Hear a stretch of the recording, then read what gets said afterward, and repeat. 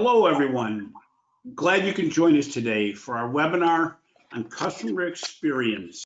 The format today is I'm going to give a little bit of introduction as to where we are as far as customer experience. And let me just start by saying we've done a lot of research now with the digital banking report over the last 4 months, trying to get a feel for what has happened as a result of the pandemic in banking, what has it impacted?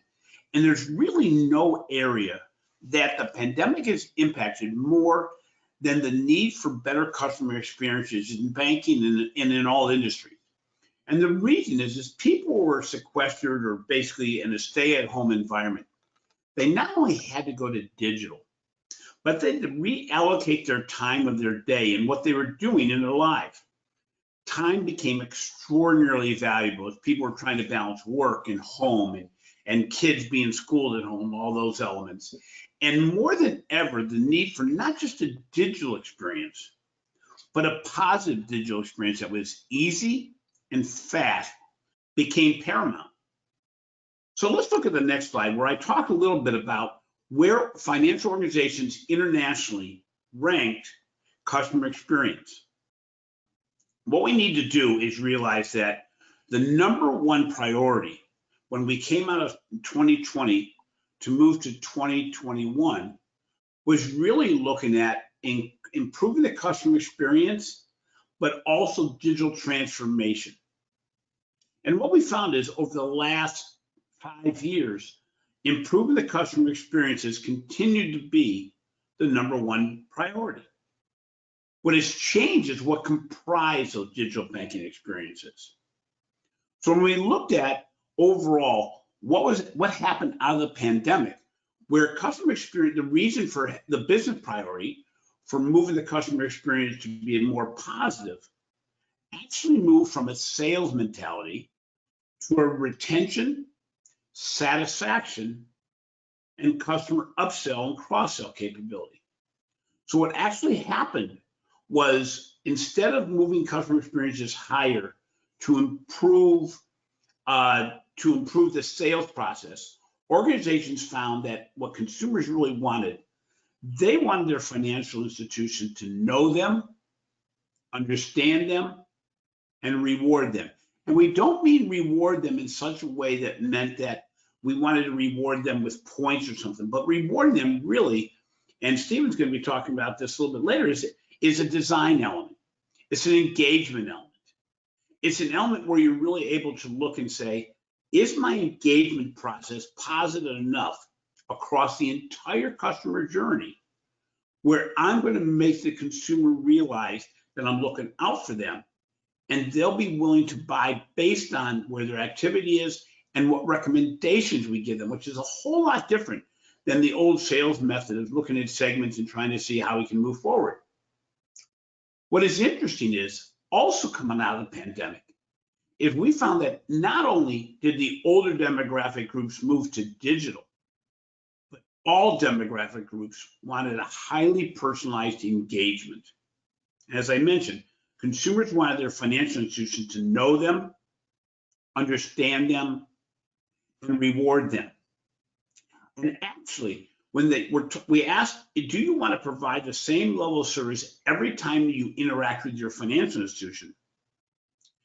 Baby boomers were actually the highest level. 83% of baby boomers said they wanted every interaction to show the same level of service. They want it to feel the same. They want a consistent experience. Millennials also want speed, which is actually what's the last 4 digits of your social security number in the US or your government ID number internationally.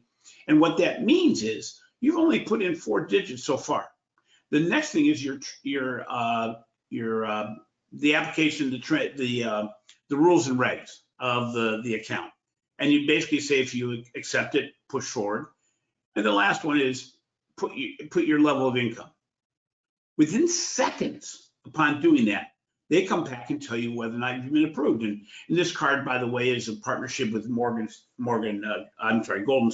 Sachs with Marcus. And what is interesting is I've at that point only pushed the button on my phone maybe 6 times. And they tell me I've been approved. It's put in my digital Apple wallet.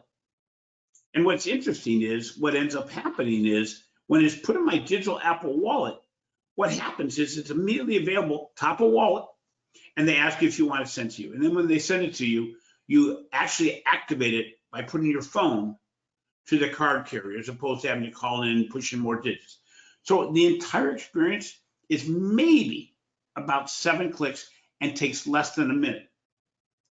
So when we look at this, when we look at the experience also, at the foundation of everything we're doing in as far as an experience is using data analytics. So it's not just the quantity of data, it's the quality of data. So when you're really talking about success factors for improving the customer experience with data, number one, you need quality and reliability. Everybody in the organization has to trust what comes out of the data.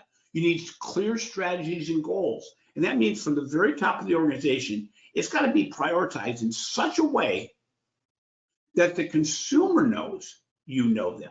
It's not good enough to make great reports. Great experiences are not created because you know the customer. Great experiences are created because the customer knows you know them and you're looking out for them. When we look at actionable data and visualization, we're really talking about actionable data across the entire organization, not just within the IT department. And so what we have to do is we have to realize that in order to move forward, we need collaboration. And really, when you're looking at 2021, I think the foundation upon which everything's going to be built is certainly experiences and digital, but digital is no longer going to be enough. It's really about the experience from the digital, and to achieve that in any area of the bank or financial institutions, you're going to need to have improved data. We want to move to the next slide. You know, we also realized when we asked about how is satisfaction or sentiment measured, on the next slide, you'll see that what ends up happening is internal surveys are still the primary way that's being done.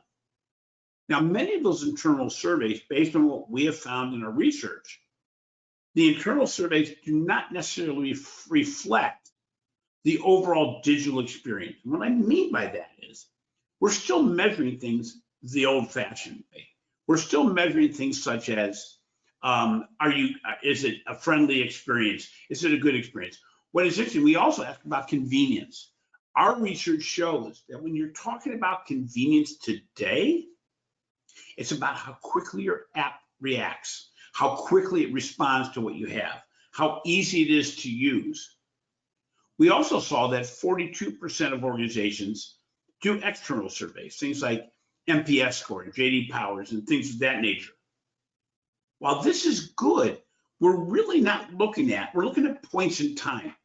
Points in time is not enough when you're talking about customer sentiment. You really have to look at the entire customer journey. And so any one of these surveys of measuring about how good we're doing this experience, I will say that what you really need to do is you have to look at engagement. You have to look at across the entire customer journey. We can move to the next slide. What we found is, as I mentioned, is the customer journey must be measured. When we asked organizations, is the customer journey currently being measured at your organization? We found that only 8% of organizations currently are able to track the entire customer journey. In some organizations, they can track web and mobile and branch journey independently. Sometimes it can be just the web and the branch journey. And in many cases, they're just building a capability. But most organizations, or not most, but 42% of the organizations do not have plans to track. Unless you're tracking the entire customer journey, you're really not engaging yourself to determine how good is the overall customer experience. It's great if the new account opening experience is strong, but if the next experience, the cross-sell experience, the engagement post account opening isn't strong, we've really lost the real opportunity. On the next slide, you'll see that also organizations that are at the highest level of customer experience management are looking for digital customer experience platforms across the entire customer journey. And what the difference between this and the old-fashioned customer engagement or customer management platforms are. It's a digital customer experience platform actually measures every touch you have with a consumer. It measures everything from the channels they use, to the content you send, to the engagements you have. You may be seeing some trends here. When we looked at innovation process, when we looked at who felt they did really well with data and analytics, when we looked at who thought they were doing really well with digital transformation, when we looked at who said they were doing really well with analysis of the customer journey, we're in every category right around 10 to 12%. This actually went down compared to pre-pandemic, because when we asked if people were doing well, the tide went up. In other words, organizations rated themselves harder because of where they had to go. On the next slide, you'll see that the other component of customer experience requires a sharing of insights about the consumer across the entire organization. In other words, more than ever, employees need to know what to do with the data you have, what to do with the insights you're able to share, how to engage with the consumer in such a way that it'll be the same if they went to their mobile app, their online app, a customer call center, or the branch. The last slide says it all. COVID has definitely made customer experience more important than ever. It is no longer something we can just talk about. It's really something we have to do every day in every context. And I can't emphasize enough to say that it, number one, is the foundation upon which everything is built is data analytics. Number two, it's got to be an initiative that's taken on through the whole organization, just not with product lines. Number three, we have to realize that it's no longer enough just to be digital. You've got to have ease and simplicity as you look forward. And finally, learn from others. Most organizations today, to move forward, are actually looking at how can they engage with other organizations to move forward more quickly and simply than ever before.